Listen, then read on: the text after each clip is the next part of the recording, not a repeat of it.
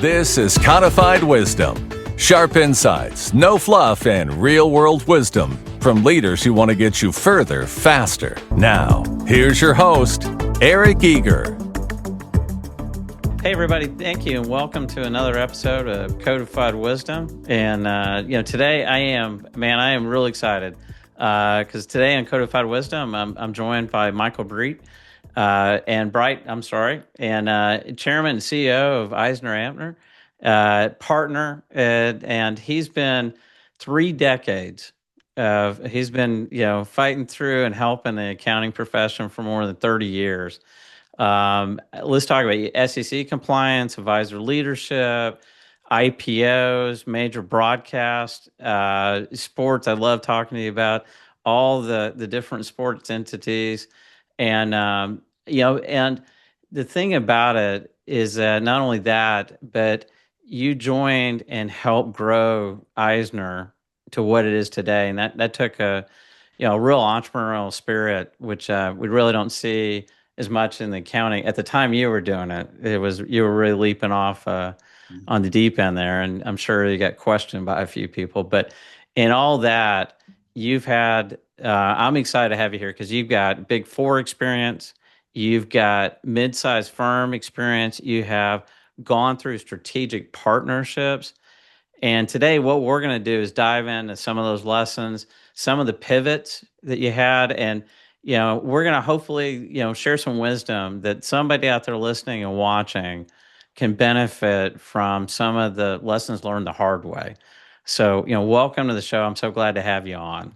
Well, Eric, thank you for that. Really, a great introduction. I certainly hope the lessons I've learned, I could pay it forward because that's what it's all about.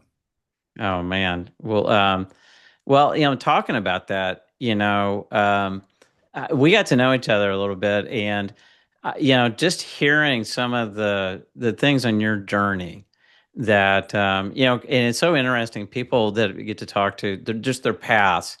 Because I bet you, if we went way back and you're in your accounting classes, and I pulled you aside and I said, "Hey, Michael, guess what? You're going to grow one of the larger firms in U.S. and international." You'd be like, "What would the Michael at that time tell me if I was sitting next to you in class?" Well, my best friend is still from Jamaica High School with me, and he took the accounting class with me that forever changed my life. So I'm 17 years old, and my professor says, Michael, you're pretty good at this. Would you like to do an independent study work directly for me, the chairwoman of the accounting department? So what do I say? Yeah, of course, sure, I'd be happy to. So I really did the books and records of Jamaica High School, working directly for her at 17. And I graduated high school and I won the accounting award.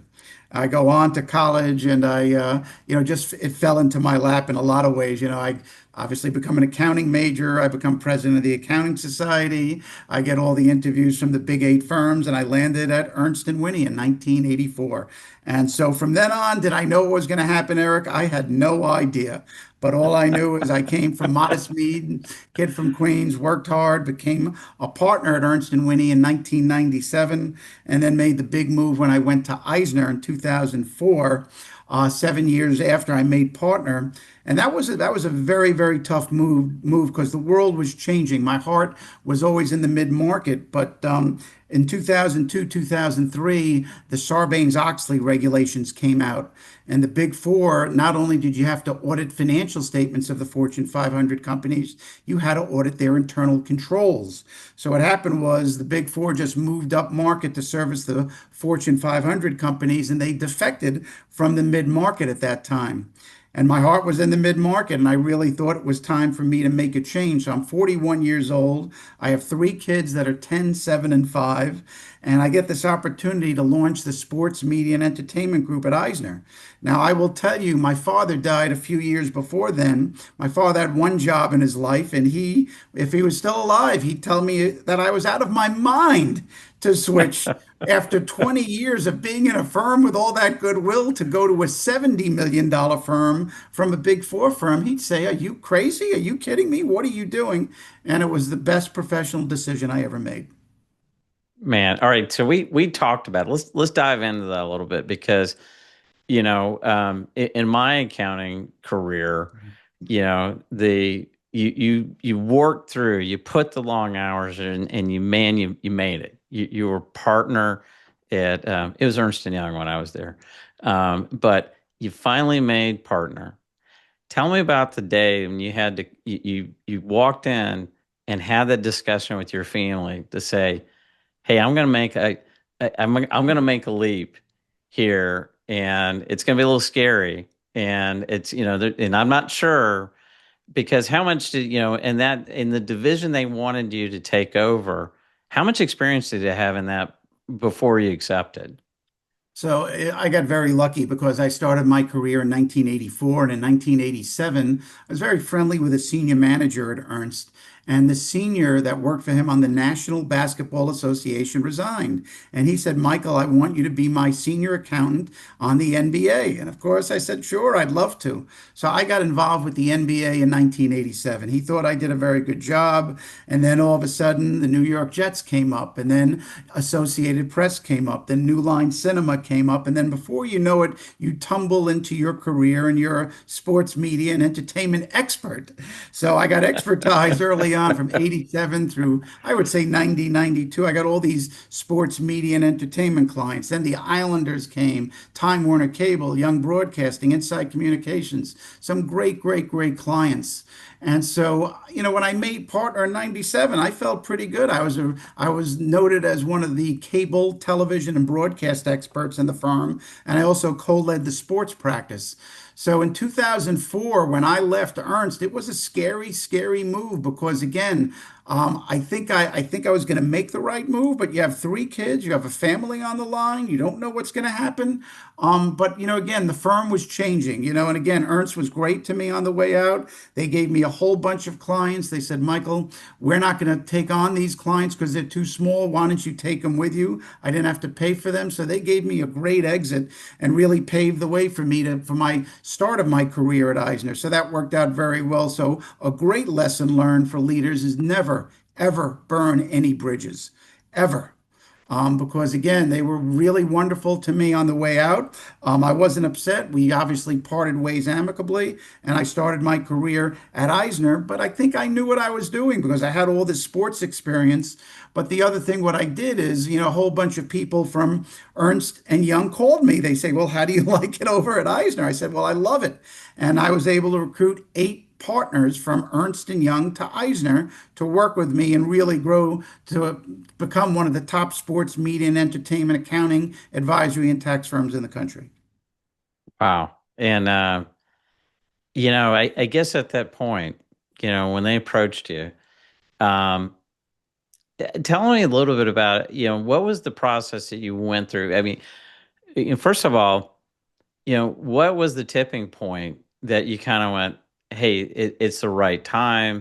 I know it's a risk because that's that inflection point in a career where had you not done that, you would not have had the opportunity to take it to where it is today.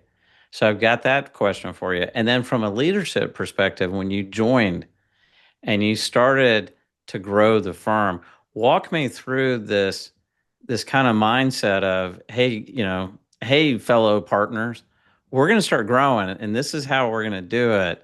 And walk me through, kind of how did you convince the other partners that this was a good thing? Because at the time, I don't think it was as, I mean, it refreshed my memory, but I don't think it was as cool as it is now with all this PE activity and stuff going on. You're totally right. So again, I left because I guess there were a lot of reasons I left. I think I mentioned to you the firm was changing.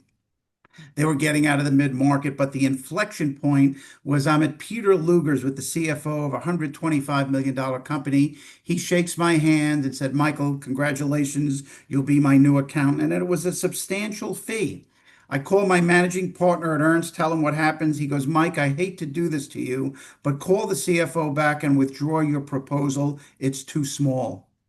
And I was like shell shocked. I said, okay, so I was sent out to run the kind of be the next managing partner of the Melville office, which is in Long Island. So again, a smaller office. I'm trying to build it up. I get a $125 million company with a pretty significant fee. And my managing partner says, sorry, no dice. We're too busy. We can't staff it. Withdraw your proposal. So that just floored me. I knew why he did it because look, we're doubling up on audit fees on Time Warner, Amarada Hess, McAndrews and Forbes, American Express. So I understood it. But for me, I'm saying, what am I doing here? You make me come out to Melville. You want me to grow the mid-market. I can't accept, 125. It's not like a $2 million company. So I was really floored when that happened. Then I started to say, you know what? I'm 41 years old. This may be the right time for me to kind of test the waters. So I did that. I tested the waters, and luckily, the director of audit at Eisner used to work at Ernst and Winnie, and he laid out the red carpet for me. He introduced me to the two founders of Eisner, Dick Eisner and Ted Levine, and the third managing partner named Charlie Weinstein. And when I met with them, I felt like I was going home. They just were so open, and the friendship, and you're part of the team. And I'll never forget one of the incredible moments for me 2 weeks into the firm. I'm 2 weeks in the firm, and I'm standing next to Teddy, and we're talking, how do you like it here? And Dick Eisner comes over. So they start talking about some type of, again, a confidential distribution or something like that. Now, when you're at Yeah. Ernst and you have two managing partners talk and you're like a young guy, you excuse yourself because, hey, these are big guys. They're talking. Yeah. Two founders with me. They're talking about some distribution from something. So I go, gentlemen, I'm going to excuse myself. They both grab me by each of the elbows. They go, Michael, what are you doing? You're my partner. I told my wife that night I made the right choice. I will never forget that little moment by just having me be inclusive to their world. These are the two founders of the firm. I will never, ever forget that.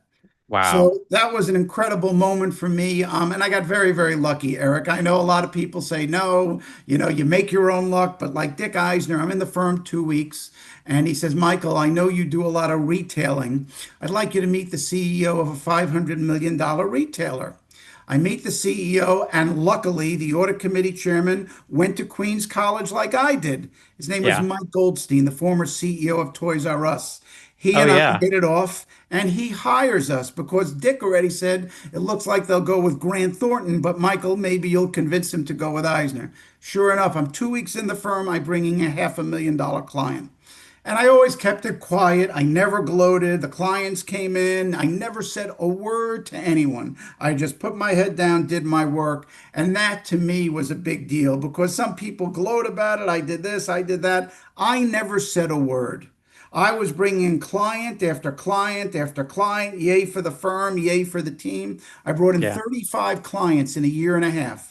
We went from 70 million to 120 million very, very quickly. And a lot of it was because of the big, big clients that I was able to bring in, big public companies, Major League Soccer, United Retail Group, 4Kids Entertainment. I mean, just a plethora of clients simply because what I didn't realize is that when I left Ernst and they were getting out of the mid-market, well, so was Price Waterhouse, KPMG, and Deloitte. So for me, it was like catching apples as they were falling from the trees. I was never so busy in my professional career, my first year and a half at Eisner. I was meeting a new CEO, a new CFO, maybe 3 meetings a week because you're trying to get the business and hold on to the business. That was an incredible, incredible time in my career because I don't know if that will ever happen again in public accounting. Now, Wow. speaking about, you said private equity, because now, after almost 40 years or more than 40 years in the profession, I'm cool again. Everyone's saying, oh my God, PE, you're going to be wealthy, you're going to make a lot of money. I can't believe this. But you know what? PE finally realized that accounting, steady revenue, steady earnings, and sticky relationships that are mainly annuity based, that are mainly recurring. They figured that out. They said, we better get into public accounting. So we were the very first firm to partner with private equity almost 4 years ago, exactly 37 months ago. Excuse me, 47 months ago, almost 4 years. But when Blackstone was sold to Citrin Cooperman in January this year, that to me was a watershed, a really monumental day for the profession. Because here it is, Blackstone, the largest private equity firm in the world.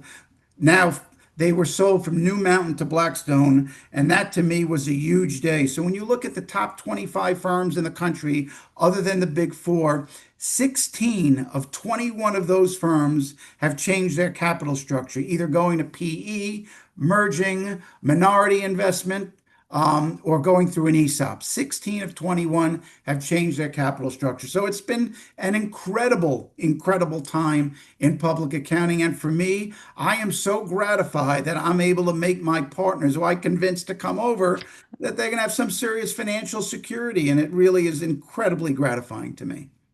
Man, that is, there's always that, you don't always want to be the trailblazer because you know a bunch of arrows in your back, and and so I'm sure that was a lot of conversations. I'm sure that, how is this going to affect us? How is it going to affect the firm? I mean, I'm sure you had a bunch of questions about that, and you were able to, demonstrate, get it done, and then, so getting back to the media piece of it, so I like to ask is, if your career was a Netflix series, what would the title of season one be? So I'm a big fan of the show Entourage. I really loved it. I love all the characters in it. And Vinny Chase made a movie called Queens Boulevard. So the first 30 years of my life were in Queens. I'm going to call season one Queens Boulevard. Okay, perfect. Perfect. I love it. I love it, man. I'm just it's funny because I'm an old Texas kid and went to North Texas kind of, and hearing these stories of Queens and Queens College, we all have our different pathways, but man, that's exciting how you got there and some of the opportunities. But let me talk to you a little bit about, you know, because much like a lot of leaders I talk to, is was there any point that you're in here, the firm's going great, and you're still kind of looking around and waiting for somebody to go, all right, somebody's going to figure out, I don't know what exactly I'm doing here. And, I'm kind of, tell me about some of the lessons learned. And did you run into that in that, what we commonly refer to as that imposter syndrome, is that somewhere along the line, somebody's going to figure out something here while I'm growing this firm. Tell me about some of the lessons growing the firm, and tell me some of the things that you thought were just going to be rock solid. Man, this thing is, I mean, you can't make it any better on paper. And some of the lessons you learned in growing the firm. So you never rest on your laurels. You come to work every day. How do I make it better for my people? How do I make it better for my clients? And that's the attitude that I have every single day that I wake up. And I hope we'll have it to the day I retire. But there were a lot of, when you were at, and Eric, you were at Ernst& Young, to make partner there is a bit of a minefield. If you have one partner that either you didn't do a good job for or doesn't think very highly of you, you're going to have a very, very difficult time making partner. So the minefield that I ran into was I'm about to be promoted to senior, and one of the heads of HR comes into the staff room. He goes, Michael, can I talk to you for a minute? And I said, sure. And I went to my buddies who saw me come out of the staff room. I said, what am I getting fired or something? I had no idea what was going on. And they asked me to go into the staffing position to staff the 125 new staff accountants at Ernst& Young. And then 50% of my time would be client service.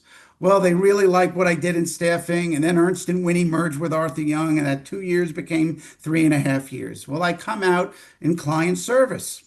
I'm on an account, and one of the partners says, well, Michael cannot be that smart and he can't be that gifted an accountant because he spent so much time in HR. Now, again, I did what I did for the firm, yet he's now castigating me because he doesn't think I have the skills. So all of a sudden, I'm like 3 steps behind. And what I had to do then at Ernst to make partner is I had to go into our national office for 2 years. Kind of guide, really minding the profession standard setting bodies, writing technical literature every day, being researcher of the day, handling the top technical issues around the country to prove that I could handle any issue. And again, it was an incredibly broadening experience. But if I didn't do that, I might not have made partner because there was this one guy who just wasn't convinced. And so I Wow. tell my family that all the time, that it's, getting up the corporate ladder is a minefield. You have to have resilience and you have to prove it. If you feel that you're going to make it, you're going to have to prove it to anyone. And it was very intimidating to me. I was a young kid. I was 26, 27, and he just didn't think very highly of me. And I said, okay, I'm going to prove him wrong. And I did. And to me, it's a great lesson that I tell my kids because if you want something that badly, you're going to fight, you're going to go up every day, you're going to outwork everyone else, and you're going to get it done. And it wasn't easy. It really wasn't easy because I was dealing with some of the smartest guys in the firm. I worked for two former SEC chief accountants. My actual office mate became chief accountant of the SEC. So I dealt with a lot of smart guys every day, and I was handling a lot of very, very difficult issues. But yeah, in the end, it was an incredible experience. So I'm glad that I did it, but I had to do it. I had to do it. So a big difference between saying I want to do this versus I must do this if I want to make partner. So that was an incredible lesson I tell a lot of people, obviously, in the firm, and I tell my family. Well, and then I know that I know you volunteer with nonprofits with help in education, and and it sounds like um, there's a book called Grit Yes, from Angela Duckworth, great book. Yep, and it was a great book, and they studied great leaders, and what they kept saying over and over again was just you didn't have to be the smartest, you didn't have to be the. It was the ones that had the grit to persevere, and it sure sounded like that one partner that came and didn't believe in you. A lot of people would have just some people would have just quit or cowered under, and I just don't have an opportunity. He has it out for me, but it sounds like you just hunkered down and I'm just going to show up every day and prove this guy wrong. And that's what I did. And, Eric, growing up in Queens, you grew up and, it wasn't sometimes the nicest place in the world. You got into a couple of scuffles with your friends and did what you had to do. And it just really, you grew up pretty quickly there. And I'm 14, I get my working papers and I get a job and I'm cutting chickens at one of these local shops where people line out the door and I'm customer service every Sunday. I'm 14. And so, you realize this is what you need to do to make a living, to go at it. And so I learned those lessons very, very early on. And they were great, great lessons for me. So that was my first job. But where I really learned about not only about business, about professionalism, about everything, about people, was I worked at a company called Hunter Audio Photo, which is on Fifth Avenue and 42nd, one of those camera shops, cameras and Yeah. pens and calculators. And so you would have multimillionaires walk in and you would have junkies walk in, and you'd have to know how to deal with each one. So I did this from age 17, and I became the number two salesman in the place at 20, and I worked there till my junior year in college. So imagine that, the experience working from 14 to 17, various jobs, and from 17 to 21 working in New York City with all types of people, getting to know them, getting to know how to sell them. And that was an incredible, incredible experience for me business wise. So tell me about, let's touch on that a little bit because it sounds like some of the things that you learned at 14, at 17, carried forward all the way now, to your leadership role. And, let's talk about some of the things that you embedded into the culture. Because the other thing, when you go, I know and I admire the culture that you are building and have built because you can buy firms all day long, but to get them in, a client first and team member first, a lot of people, a lot of firms may or may not have that approach. And tell me about, how did you, the lessons you learned from a young age, how did you carry that forward and begin to embed or kind of hardwire the culture at Eisner with those core values? So a lot of the core values were, I mean, obviously integrity stands at the top of the list, But what I learned a lot from leaders is that you just lead by example. You set the example. You obviously, when I look at this great movie Gladiator, and Russell Crowe was, one of the commanders of the army. Why he was such a great leader is he was in the pits. He was in the pits with the men and he was fighting with them. And that's what I think all leaders need to do. They need to roll up their sleeves. They need to get their hands dirty and to prove to them, I'm with you on this. Because I've always said, don't think that you get the title and then you could sit atop a throne. You have to work with the people. You got to do favors for your people. If you do that, then people will follow you. Okay, so that's the real key. To practice what I like to call servant-based leadership. And that really happened for me at a very early age because I had these great role models that I worked with at Hunter Audio Photo. I had a small CPA firm I worked with. Amazing, amazing guy. Had great relationships with his clients. And I saw how he dealt with his clients. And I saw he would, interplay humor and tell a funny joke and disarm them if something ever happened that was negative. I had to pay a big tax estimate. He would know how to disarm them every single time. And I thought it was brilliant. It was brilliant that he was able to do that all the time. I said, oh my God, if you could really use humor, and once you develop a relationship, they call it the trust account. Once you develop a relationship, because you're always going to have a bump along the way, Yeah. there could be a staffing issue, you could miss a deadline, but if as long as you build up that trust relationship, you'll be able to take a hit every once in a while. But that's the key to continue building that relationship. And that's what we really pride ourselves on at Eisner. I mean, is building, developing those relationships with clients. A lot of times, you hear that, we proposed on an account and we didn't get it because our fees were too high. I go, well, did you take the prospect out to dinner? Did you get to know them a little bit? And that's the key to me, because the key to me is you develop the relationships, they get to know you, and if there's some type of connection, it makes it a lot easier for them to accept your proposal versus just getting blanket proposals from everybody. So we really work on developing the relationships and do all we can to build that trust account. And I think we've done that pretty successfully. When I joined the firm, we were a $70 million firm. I was the 52nd partner. We had 375 people, and today, proud to say, we're a $1.3 billion firm, the 15th largest in the country, with 4,500 people and 450 partners. So it's been such an incredible, incredible ride. Great, great people. I've had great rabbis that I really credit all my success to. I mean that truly. I've had some great not only leaders, but role models, whether it be at Eisner, whether it be at Ernst& Young, whether it be at Hunter Audio Photo. I've had some great role models to pick after. And like every other young kid, you said, well, this guy does this really well. He handles clients well. Well, this guy's really good with his practice management. Well, this guy is really good with his personal and professional skills. And you obviously build that into your own. But I always say to all of my staff, my colleagues, but you have to be your own self. You have to be genuine. Don't ever copy anyone. You have to come across as authentic, because if you don't, people will spot it in a second. So you have to be your own self. Don't be anyone else. Be yourself. Oh man, that is such good advice, and it sounds like it's so interesting, these little nuggets of as you move along in your journey in life, those things that that person, I'm sure, at the audio, things that they were teaching you that they didn't even know they were teaching you.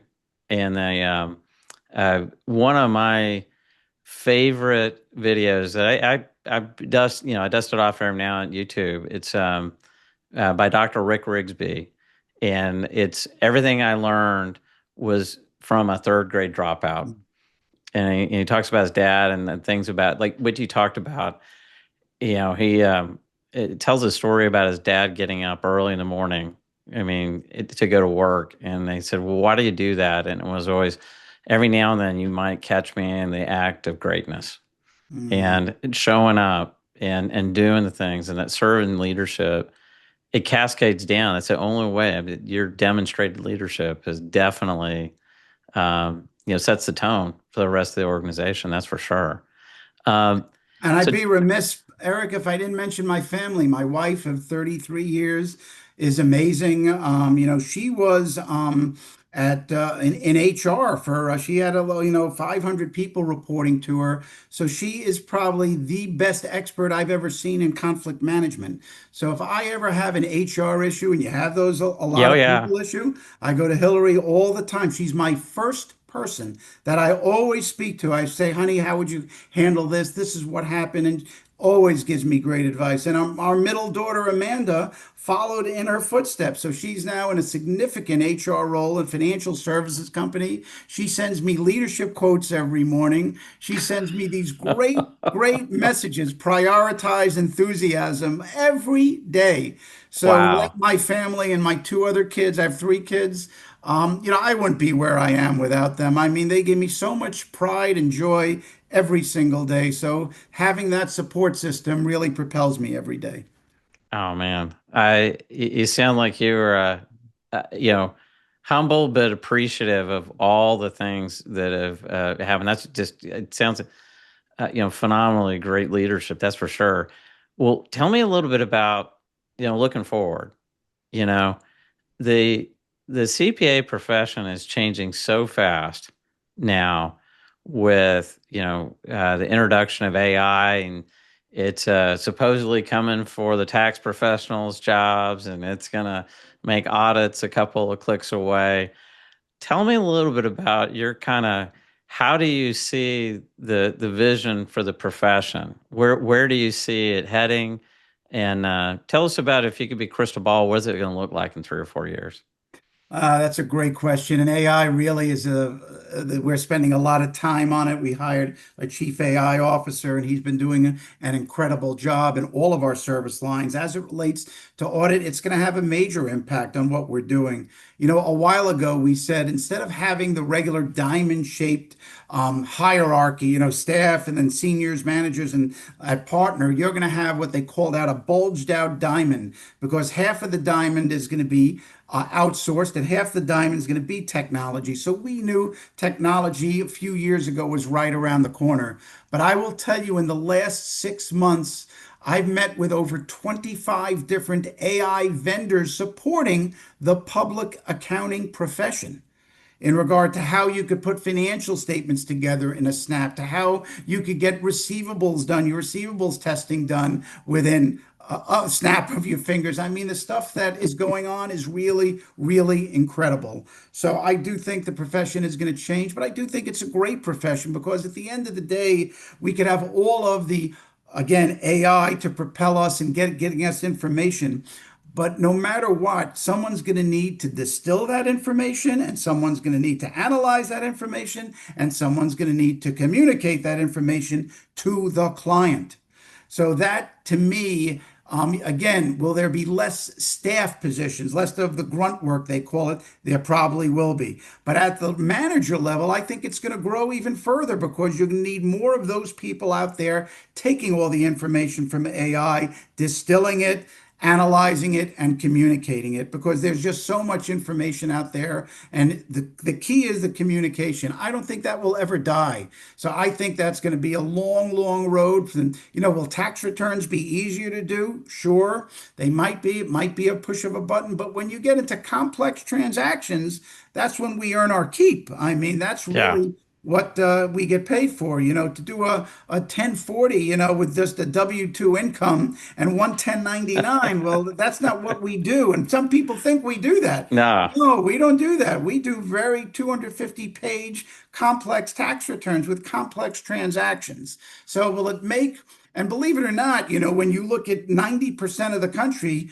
their Yeah. tax returns are a W-2, a Yeah. 1099, and maybe a K-1. So for the majority of individuals, the answer is yes, it's going to change. But for those accounting firms that service, the obviously complex transactions, the CEOs, the big companies, I don't think that's ever really ever going to change.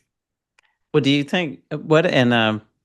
What's your take on the talent pipeline?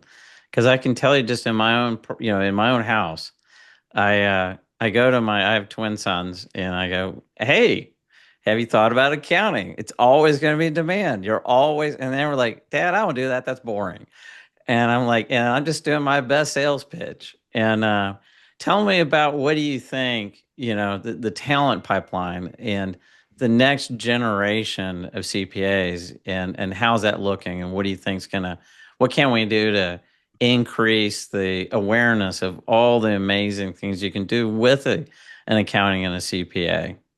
So, I think part of it is that, look, accounting was a good profession and we made a couple of dollars. We made a nice living, but people didn't realize that we did pretty well. And now with PE, they hear, oh my God, now you could really make not only be rich, but be wealthy. And so the new paradigm is, when I graduated Queens College at 21, 22. I worked my tail off. I make partner at 34. And then I would think, okay, let me work for another 25 years, and then hopefully I'll have a pension at 60. That was the thought. That really was the thought pattern back then. Well, now the thought pattern is, okay, let me get into public accounting, be bought by PE. When there's a flip and I have some options or other types of equity instruments, I'll make money. And there's another flip, I'm going to make a lot more money. And there's another flip, I'm going to make a lot more money. So all of a sudden, the whole storyline has changed that, it's not only, okay, you put your capital in, you get your capital back plus a pension, but now you get stock. Now you get options. So it's changed dramatically, and we're telling that story. We're telling that story to everyone. And for the first time in years, we've seen accounting graduates finally tick up. And that's because, in my view, they're hearing these great PE stories. And secondly, we're trying to relax. The ICPA is trying to relax the Yeah. 150-hour requirement to have 4 years of school and then some work experience so you get certified. When it was only 5 years of undergraduate, there are a lot of underprivileged kids would say, I'm not spending another year of college to go into accounting. I need to work.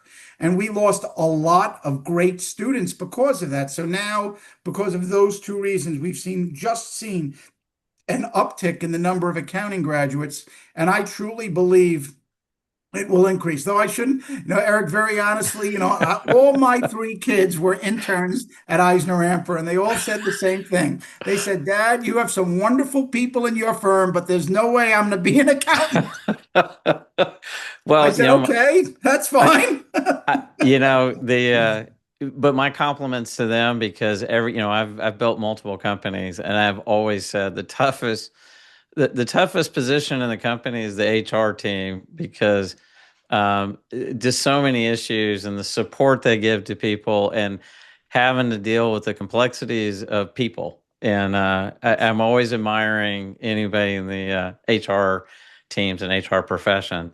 Well, tell you what, as we get into this a little bit more, as we start to wrap this up, one of the things I was going to ask you about is, if looking ahead, what's the next chapter look like for Michael? What are you seeing on the horizons? And then what kind of if you could go back in time and go back to the young Michael and give yourself a piece of advice, what would you do and what would you say to the young Michael? And hey, don't do that. It's going to cost you a bunch of effort and time.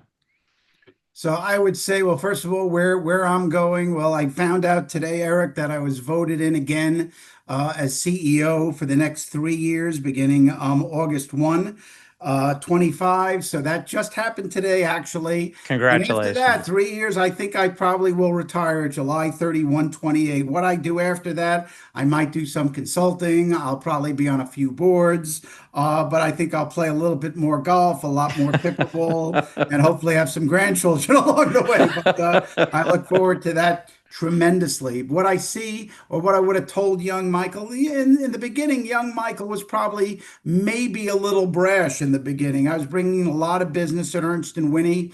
But I did learn my lesson at Eisner that I never said a word after I brought in a client. But in the beginning, just take your time, don't gloat, be humble, do favors for people. And I've always said, I want to be a role model for people. I want to be a role model for my kids, for obviously my friends. I want to have close relationships. We're all social beings, so you want to obviously put some time into those relationships. So young Michael might have been a little bit more brash than he is today. I've learned my lessons, because I just doesn't, it's funny because we were playing pickleball and we found out that one of the leaders in one of the companies there, he played a little and never mentioned a word about his playing status or anything. And he is probably one of the top players in South Florida, Oh but no. Oh never no. mentioned a word about it. And he just proved it on the court. And that's what you have to do. Prove it on the court. You don't need to say anything about it, but prove it on the court. But the other things I would tell young Michael is, someone once said to me, you have two ears and one mouth, or maybe you said that to me. And I've heard that from someone else just recently. And listen, just actively listen all the time. Don't think about the next thing to say. Really take it all in. Oh man. Well, that is some again. That is some great lessons. Again, the whole purpose of why we even started this series was that there's so many of us have just myself very much included is that we have all made those dumb mistakes and then only walk into a group of fellow entrepreneurs, leaders, managing partners and say, "Hey, man, guys, I just messed up." And half the time they go, "Why didn't you say something? I made the same mistake 3 years ago." So, what we're trying to do is hopefully, if we help one leader, if one person listens to, this show and it helped them, change the odds.